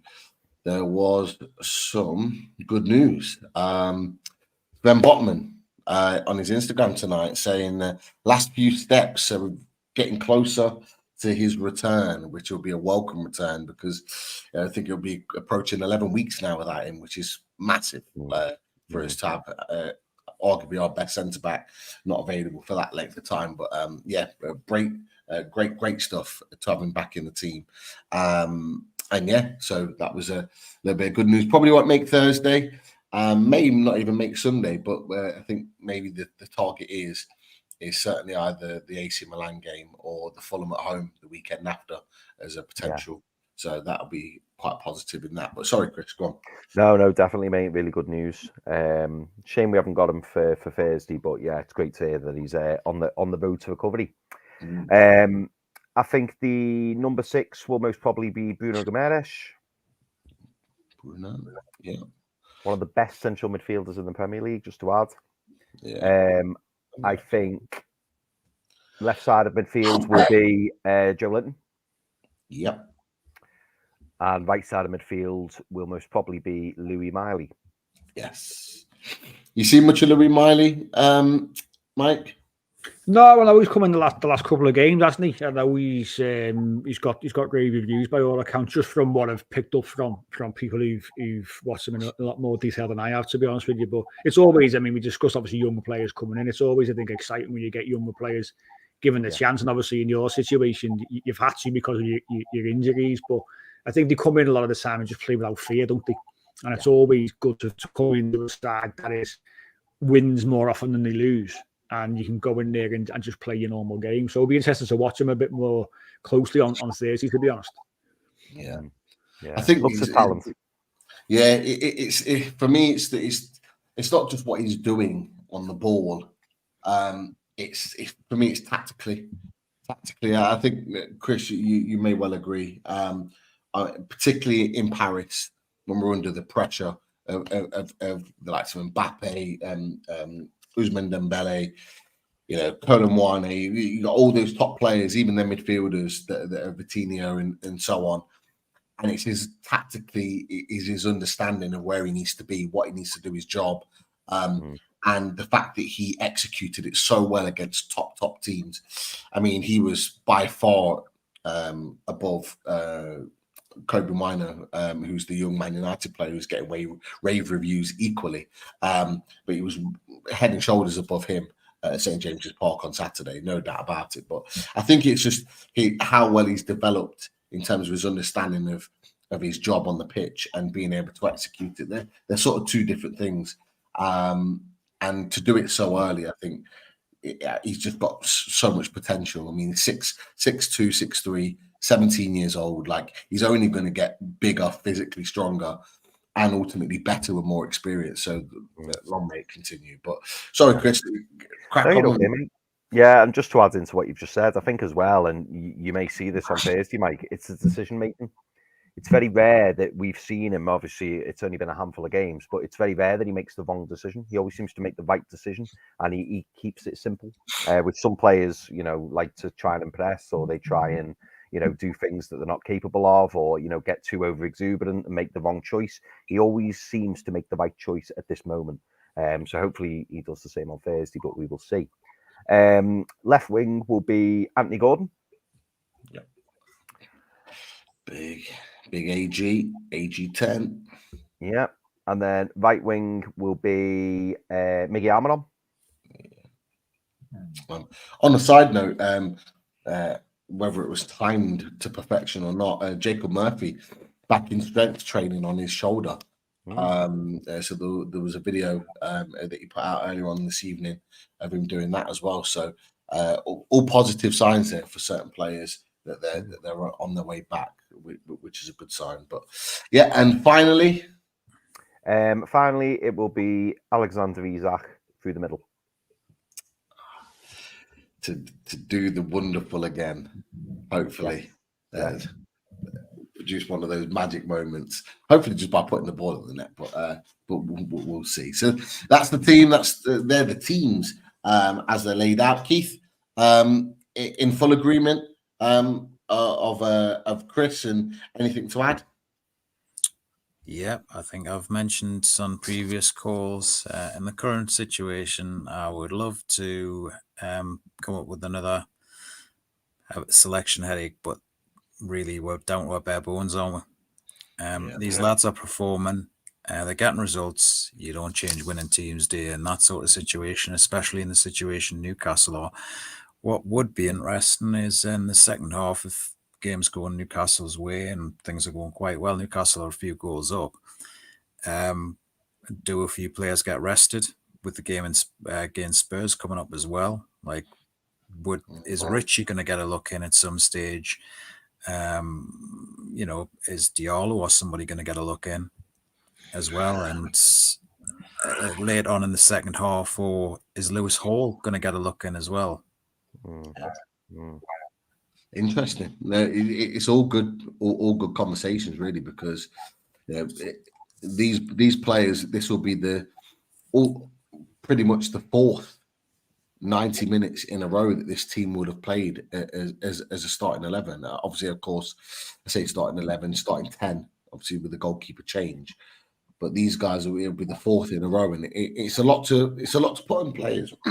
Albeit we've had 5 days off, 5 days rest before the game. It is a lot to put on those players. Honestly, I would like to see just someone like a Callum Wilson on the bench. I don't think it will happen from what we've seen today, but just someone to give Isak a bit of a rest. A Barnes to come back to give either Miggy or Gordon a bit of a rest during the game. A Longstaff to come in to maybe shore up things later on in the game if we're in a position where we are comfortable or we're winning. They're the kind of things that we're looking for, and that would be really, really important. But can these boys go and do another 90 again? Definitely, because they've already proven it. And with 5 days rest, more rest than they've had previously, they should be fit and raring to go to be able to do it again. So I am confident in that. But Mike, just really quickly before we kind of come away from the tactics ball, where do you think your best opportunities are of kind of exploiting Newcastle? Like where do you normally get your goals from sort of this season? Everton give up the ball to most sides. I think we're third bottom in terms of our average percentage possession. Hold on, sorry, Mike. 2-2, Luton. Yeah, 2-2. Yeah, Luton just scored again. Yeah, keeper's on his backside. Wow, it is full time. Wolves have beaten Burnley, so that's good news for you in one sense. But wow, Luton are not giving this up, that's for sure. Sorry to interrupt, but I just seen that just pop up. Sorry, Mike, carry on. No, you're okay. We'll give up the ball, and we come out. I think our average percentage possession is about 38% for the season. So it shows you the fact that we're quite happy to allow sides to pass the ball around and then take our opportunity when it comes. We look to counter if we can. We're strong off set pieces. We've had 5 goals scored from corners this season. I think we're second in that particular table. So I think set pieces will be a big factor. But we've got to, we utilise Dominic Calvert-Lewin obviously to get the ball into his feet, into his chest, bring in the players around him. Obviously the 2 wingers, Decore, James Garner. Those 4 players, along with Dominic Calvert-Lewin, will be the key. But we're quite, we're quite keen. We'll get the ball wide. We've got a couple of lads there, Harrison and McNeil, who are comfortable putting the ball in the box and putting quality into the box. You saw the goal against Forest. Nice little 1-2 between Jack Harrison and Garner Gay. little ball gets dinked across, and there's Dwight McNeil, the back post, just hit the ball in the back of the net. So we're quite astute at doing that, and it's certainly one of our strengths. It's just getting in, getting that little touch away from the full back and getting the ball across. You'll see McNeil especially. He's a master at getting the ball out of his feet and trying to get the ball across as quick as he can. Sometimes he'll just play for the corner and get a set piece. So we know our limitations. You know, we know we're not a free flowing football side. We haven't got the players in that side to do it. And Sean Dyche certainly doesn't want us to be retaining the ball for long periods. He's quite happy for Everton to give up possession because he knows what our strengths are. So it'll be a sort of 70-30 split in possession, in my opinion. It's just whether Everton can then, when they get a chance, can they be efficient? Can they be effective and take the chance when it comes to them? Definitely. Chris, the Mike's talked about possession. They'll give up possession. Is that a good thing or a bad thing for Newcastle United? Because we do hold a lot of possession, but you know, how do you see that, particularly away from home, with the potential for them to do what they did against Forest a couple of times and hit quickly on the break? Yeah, it's an interesting one, really. I mean, we saw, didn't we? I haven't seen the stats actually, but it felt like we had a lot of possession when we played Man United at home. Obviously, that's at home, and I appreciate it's different when you're away from home. But me personally, I think it will play into our hands if we have possession of the ball more, because we under Eddie Howe, he wants us to be a possession-based team. That's what we've been building to. That's what we're aiming for. That's why we've brought in players like Bruno Gomes, like Sandro Tonali, like Sven Botman, because they're comfortable on the ball, as is Alexander Isak. They like having the ball, they're comfortable on the ball. So I think that will work to our advantage. The only danger is that we don't get too, we don't get too frustrated or too keen to try and, break that deadlock, because Everton could catch us on the counter, which obviously, if that's their preferred game, it's something we've got to be mindful of. Because, we saw what happened at St. James's Park, as I say, the other night against Man United, where, they nearly equalised right at the end. So that there is always that danger, particularly from a team that wants to counter and wants, the other team to kind of come onto them and really push them and press them and maybe leave a few gaps at the back. But as a whole, if we've got, more possession of the ball, which is what happened last season, I think, Mike's accurate in what he says, and that last season I felt like we dominated the ball as well, but it was good for us because we took our chances. My only concern would be if we don't take our chances and then Everton all of a sudden start to really come out a little bit, and maybe we take too many chances going forward and leave ourselves vulnerable at the back. But that's the only concern that I see personally. And having Dominic Calvert-Lewin back in the team is good for Everton, because I do think he's a better all-round player than Beto. Even though Beto should have been a promise, Calvert-Lewin, when he's on form, when he's fit, and they've got, the ball's getting pumped up to him, he will trap the ball, and he's good at holding it up and bringing others into play. So that's the main concern for me, I'd say. These areas, I think, the game will be decided here,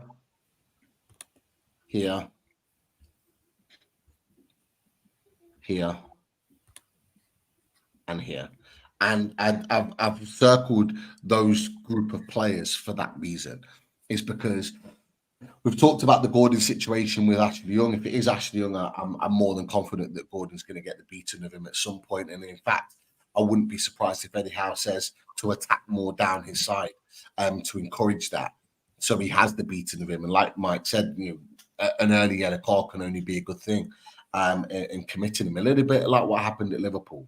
I think Isak's got the beating of Tarkowski, not in the air, not physically, but I think his movement and his trickery on the ball, I think, is something that will commit Tarkowski in those positions.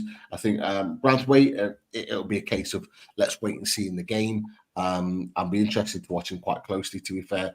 Joe Linton and Garner, for that pace and power, that duel in that midfield. Can he win that battle? I think if he wins that battle, I think that will open up space for Newcastle, particularly on that left-hand side, to play. And the battle here, because if balls are going to be pumped up to Dominic Calvert-Lewin, whether it's into his chest, head, or feet, I think Eddie Howe's going to allow Lascelles to be that one to take him first, with Shaw being the sweeper. And I think with that being done in previous games, I think there's a clear understanding between Lascelles and Shaw what they need to do with a target man type of forward. I think Lascelles has got the pace to match him, but I think he's also got the power as well to hold him off. He's a big, strong lad, and he's not the Lascelles that we saw a couple of years ago, 3 years ago, 4 years ago. He is more of an astute centre back. He's improved. We can all agree on that.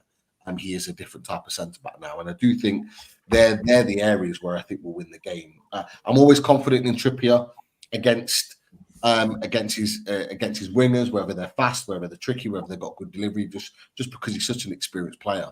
And equally, Tino Livramento, for me, he's coming up against some of the best in dealing with them. So although Harrison has had a good season so far, I am confident that Tino Livramento can match him in all areas, not just with his pace, but with his ability to defend. And also, we have to remember, just like we experienced with Marcus Rashford, is that with us having more possession, is Harrison going to be spending a lot of time here rather than up there, having to defend that overlap in those areas, or doubling Oh up my God. Gordon? Me too, Luton. What is going on right now? Jesus Christ. 3-2 Luton. Wow. Barkley with the goal. Ron, he's doing this on purpose, Mike. He's doing this on purpose. It's his first goal in about 5 years, I think. Yeah. He's done well. You know what's even worse? Andros Townsend assist. But listen, I mean, to be fair to Andros Townsend deserves all the luck in the world after what he went through with his injury at Everton. And it was a shame how that ended, because he came in and did a real good job, you know. And Ross Barkley's Ross Barkley, you know. If he gets his head screwed on and he's somewhere away from the bright lights, he'll do a real job. And I think he's shown it there, to be fair. From what I've seen of him, he's got himself fit. He looks a lot leaner than he looked at Chelsea and at Nice. Yeah. And he's a player, you know. It's just a fact he just never hit the height he should have hit because of probably mentally he just couldn't deal with it. But he's a good player, you know. So I mean, David Raya again. I mean, he's been poor since he's been there. Between him and Ramsdale, the pair of them they're probably Arsenal's weak link. So that'll stop Arsenal winning any kind of major trophy, is the goalkeeping situation, to be honest. But yeah, interesting. Our place to go, Luton. As bad as I don't think they're a great side, as I said before, but trying to play football there, it must be a difficult thing, because it's a very tight, small, difficult ground to go to, isn't it? Yeah. Tight ground, small atmosphere, kind of a bit of a cauldron, and they've got players that can run. They've got players that will run and chase everything, and sometimes that might just be enough. They did a little bit similar to Liverpool, where they just outran them time and time again, and then just caught them on the break. I'm not watching the game, so I don't know, but that's what they did to Liverpool. I wouldn't be surprised if they did exactly the same to Arsenal. But apparently, David Raya has not had a good game. But who are we surprised? Are we surprised? Keith, I've mentioned those players, that I think will be the jewel. Just really quickly from you, do you agree with that? Is there anywhere else on the pitch that you think could be an area of significance?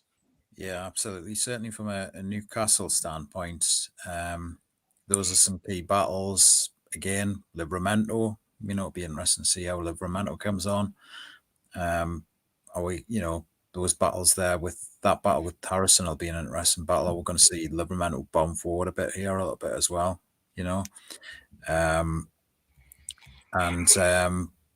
as well, on the other side, on the other wing, Almiron as well.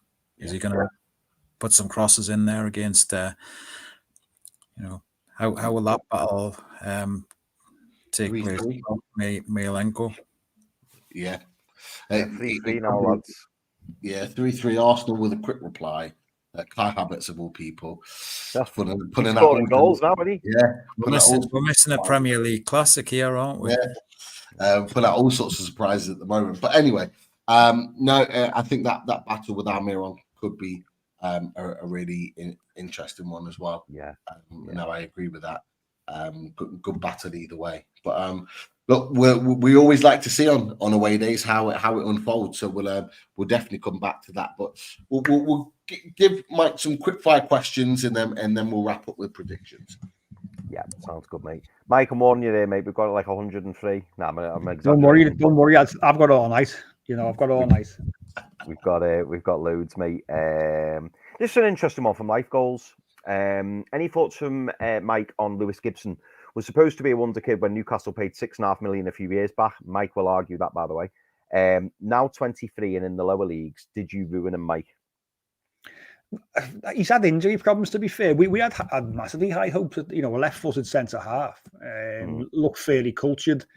And he used to have injury after injury. Did it, had a couple of loans, which obviously is what you're meant to do with the younger players. Go and learn your trade in men's football. And it just hasn't worked, and I think, is he at Plymouth now? I think, top of my head, I think he's at Plymouth. Yeah, I think it is.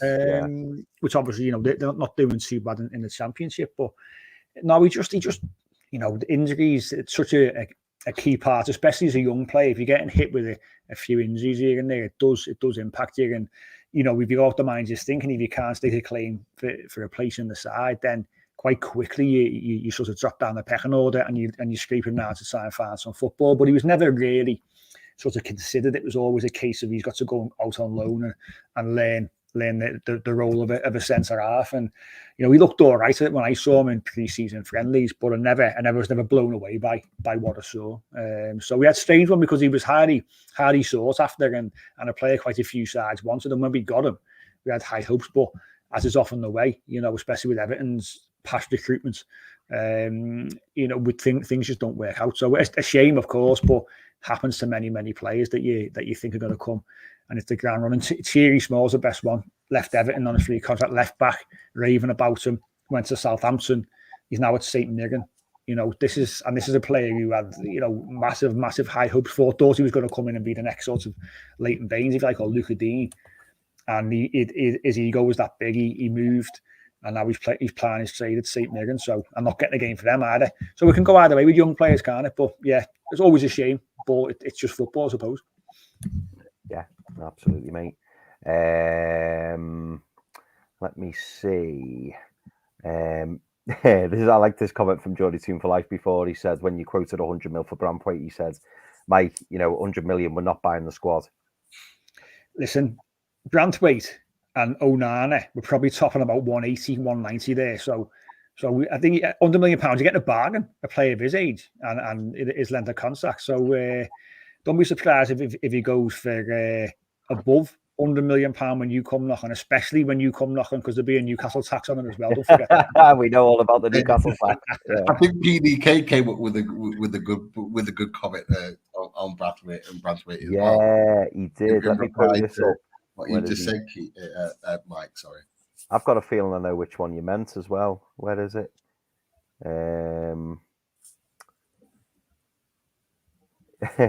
PZK says, "Can you lot chase Branthwaite's car for us, please?"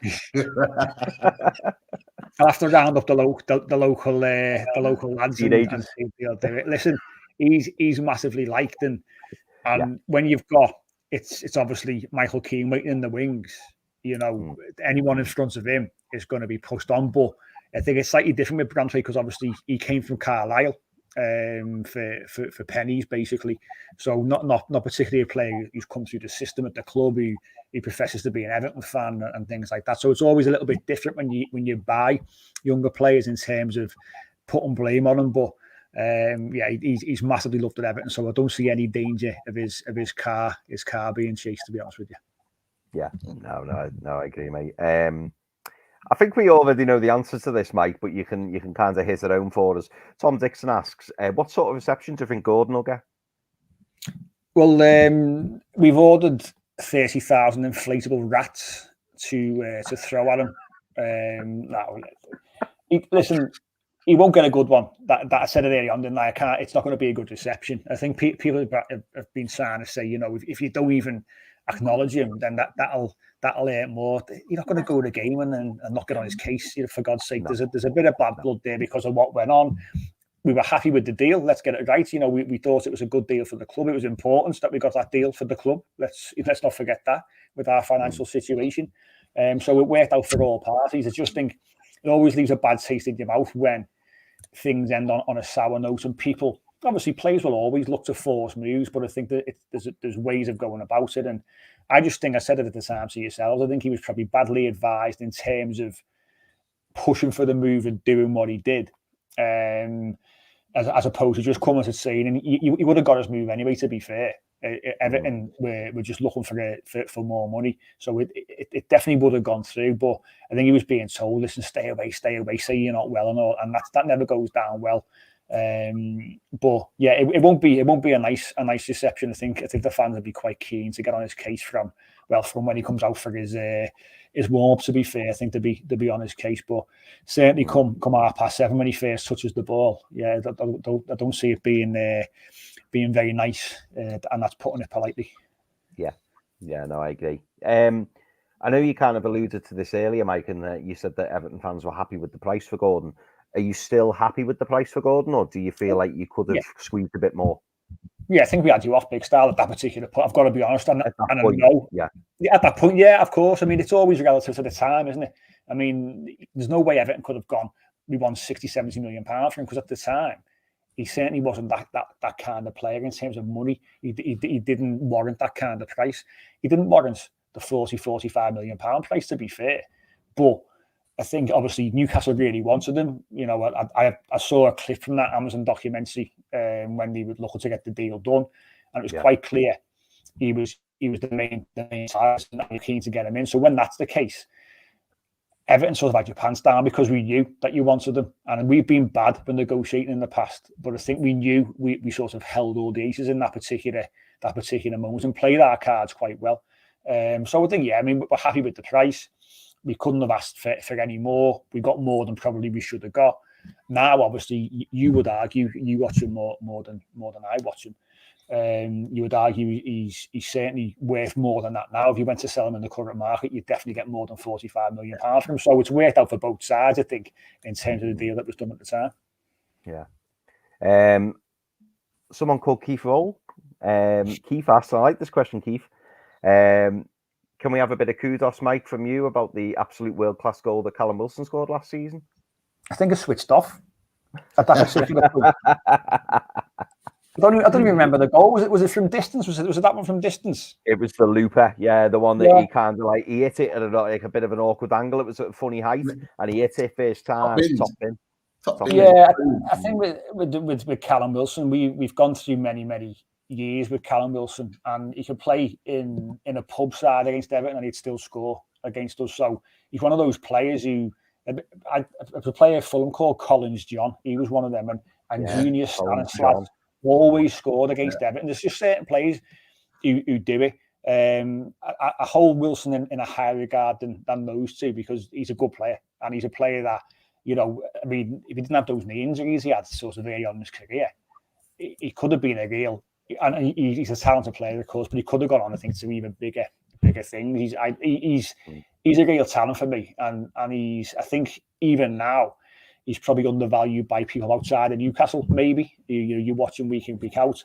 You know how many times he comes off the bench and scores, and when obviously Isak's been injured, he'll start, and he's a real threat. So yeah, you know, obviously there was good goals in that game. I just don't, the Isak assist just isn't as good as you think it is because of who he went past. That's just the fact, the cold hard fact. So I think you can get that one off the DVD for your top 10 goals of all time. What else have we got here for you, Mike? I did see one here that I liked, actually. You can answer this one dead quick, Mike. So this one is how's the new stadium going? I know we spoke about it very briefly earlier, but how's it going? Are we still on? Are you still going to be on track for the start of next season, or do you think it's going to be a bit delayed? It was never the start of next season. I think it was always... No. It was always down for 24-25, but not the start of the season. So I think the aim is sort of in around 12 months' time, it should be signed off. Obviously, you got to hold then test events and things like that. So the test events might come before this time next year. to build up the capacity to make sure that obviously we can hold the events.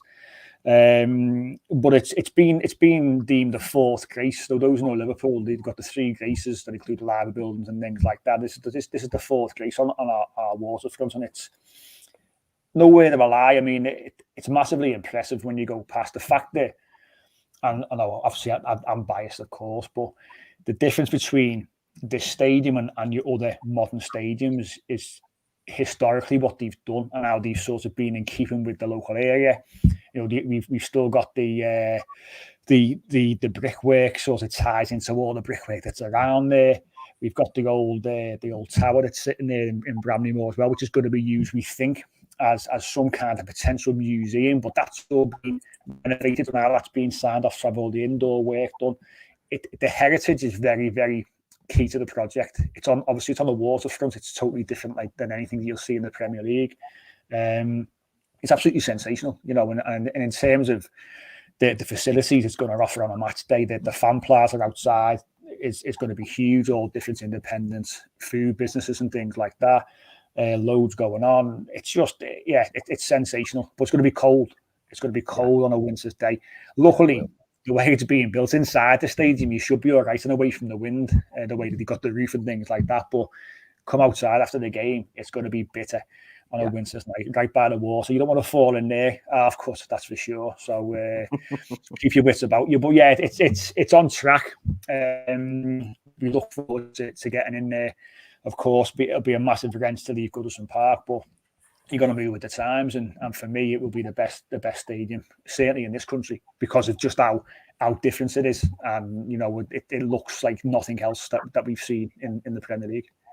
Yeah, and then I've just got one last question for you, mate. This is a nice quick one, and I'll tie it in with another one, but you'll get what I mean. Tom Dixon asks, do you think you're going to survive relegation this season? And as a back on that, if Everton do go down and you don't survive, who's getting Pickford? Well, we will survive. Yeah, no doubt about that. We ain't going to go anywhere. As I say, we think we'll get some points back anyway. I think we'll be okay. You know, we should be in and around sort of mid-table-ish. If we didn't have the point deduction, I think, you know, we can sort of finish 15th. That'll be a decent season given what's gone off the field. If we went down, which we're not going to go down, but if we want to, so to speak, hypothetically, you'll probably try and buy him because he'll be your best goalkeeper. So you'll be in for him again. Newcastle tax, and then you'll all be kissing his ass, and all those days of inflatable down scores will be. I've let you in here, haven't I? I've let you in here. But no, he's one of those as well when he would say, Pickford would say, you know, yeah, my uncle, and my granddad, you know, they were half Geordies and stuff like that. Yeah. Listen, he'll be in the Stadium of Light when you go and visit them in the third round of the FA Cup. He will, won't he? With the Sunderland fans, make no mistake about that. He knows what side is buttered on.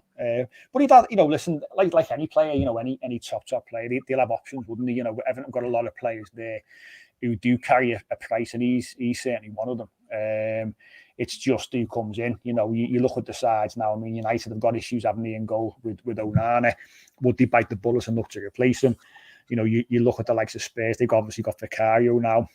But there is options there. You know, I'd certainly rate him higher than some of the keepers that we do see at some of the clubs in the top half of the Premier League. And he's been massively important to us. So he'd have lots of options, I think, if that did happen. But I can't see it happening, to be honest. Nah, you don't want to come to us, and we don't want him. So happy days. We'll end the questions there because we've already gone on longer than I anticipated. But I think we say that every week on away days. But great questions as always. Thank you to all. Sorry we couldn't get through them all. But no, we appreciate them all, that's for sure. We do see them in the chat, so please continue to put them in. We're going to end it now with match predictions. So for me, I am going to go Newcastle to win 3-1. I think Newcastle will hit form again. I think we're in a good moment, and I think we'll continue riding the good wave. But I'm going to go 3-1 Newcastle. Chris, from your perspective, what you going to go for? I completely agree with you, Pete. I think it'll be 3-1 Newcastle. Okay. Right. 2 for 2. Mike, we'll come to you as the opposition fan. What are you going for? I think an optimistic 1-1 draw for me, to be fair. It's just a difficult game for us at the moment, and home form's a bit of a concern. Onana's a big miss in the midfield. But I would, I'd take a 1-1 draw and us to beat Chelsea on Sunday at Goodison Park, to be fair. I think 4 points out of 6 would be a good return for the next couple of games at Goodison. But I wouldn't be surprised with any score. I wouldn't be surprised if we won the game, given the fact, obviously, that you're down to the bare bones. I wouldn't be surprised if we shipped a few goals as well. But I think 1-1 draw is probably the best I can hope for at this moment in time, being realistic. Oh, that's fair. And then we come to you, Keith, the stat man. With the final prediction, what are we going for, fella, this week? Yep, I think this one, it's going to be a big challenge for Newcastle, obviously, especially if they're playing the same lineup for the 4th game in a row, bar the goalkeeper.